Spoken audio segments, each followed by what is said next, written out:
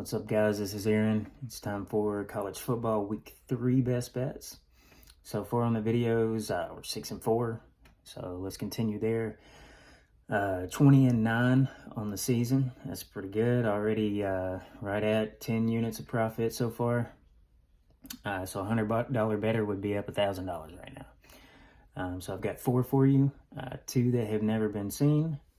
So let's get digging it. South Carolina +7 at home to LSU.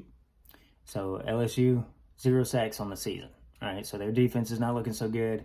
USC didn't put up a lot of points on them, but they kind of made it look easy at times. A little bit sloppy, especially last week. They played FCS Nicholls State and gave up over 20 points. So they're not getting pressure on the quarterback. They're giving up, over 20 points to FCS teams. South Carolina looked really good last week.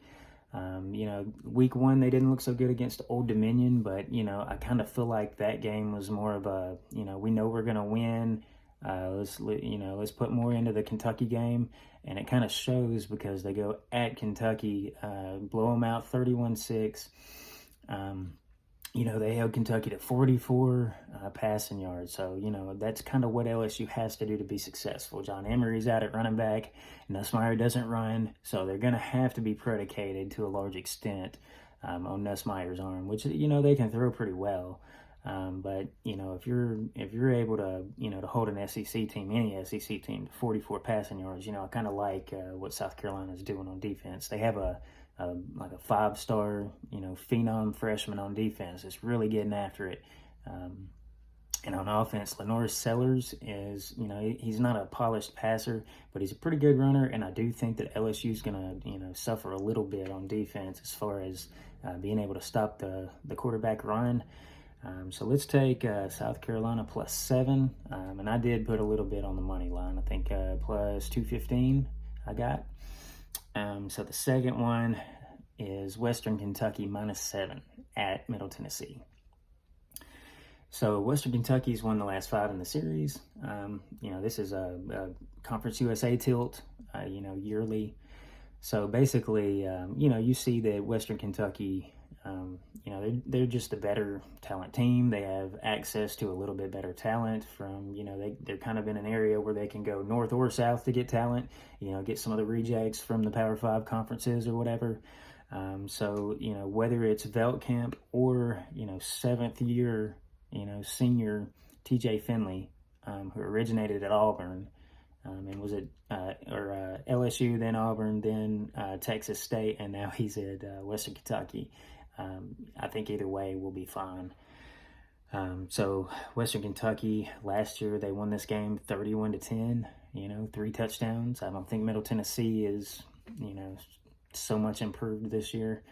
Last week, Western Kentucky played Eastern Kentucky. They went 31-0 plus 201 yards of offense. Whereas, if we're like comparing, opponents, both teams got destroyed by SEC teams, but Western Kentucky held their own, shutout FCS team. Middle Tennessee played Tennessee Tech. They beat them by 7, and they were minus 13 yards.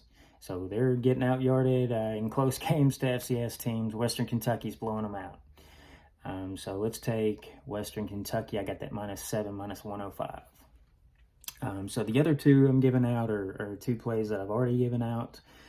But the numbers, kind of, when you're putting the videos out, you got to, get numbers that are not stale. So we're going to go with Vanderbilt -9.5 at home to Georgia State. Georgia State's a team, they beat FCS Chattanooga by 3 last week. So just struggling. They were +21 at Georgia Tech and lost by 23. So they didn't cover last week either, or the first week. So they lose their coach. They lose, a bunch of players, leave to the portal. They only had 4 returning starters on offense and 6 on defense. So, for a team like that, 10 returning starters is not very much. That's their starting quarterback, who was also the leading rusher. So it's kind of like losing 2 players. They lost their top receiver last year as well, a few tacklers. So I think this is just a team that's going to be overmatched for most of the year.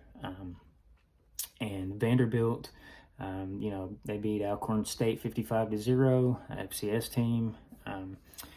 But week one, they took a Virginia Tech to overtime and won, 34-27, in a game where they led the whole time. They had a win by margin for most of the game until they let Virginia Tech come back.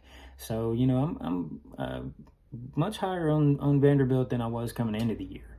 And this is a team that they can certainly handle. They're not going to get a lot of wins this year, so this is one of those where they can just kind of unload if they're able to. And it's only 9.5, so let's take Vanderbilt minus 9.5. The last one, real quick, is Georgia first half minus 13.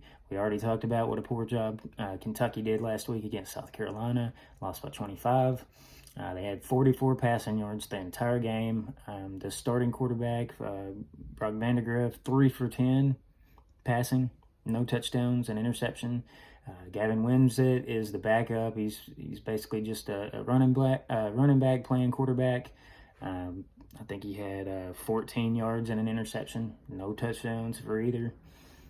So Kentucky just looks kind of disjointed. For many reasons, maybe stemming from some of the offseason things.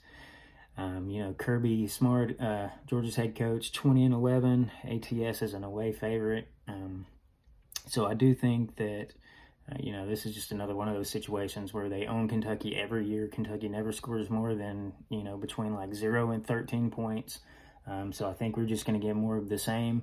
And I do think with a bye week on deck before the Alabama game, I think Georgia probably, they can just name their number here.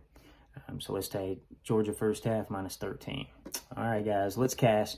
We are 20-9 on the season. The video best bets are 6-4. So just looking to continue and eke out a little bit of profit.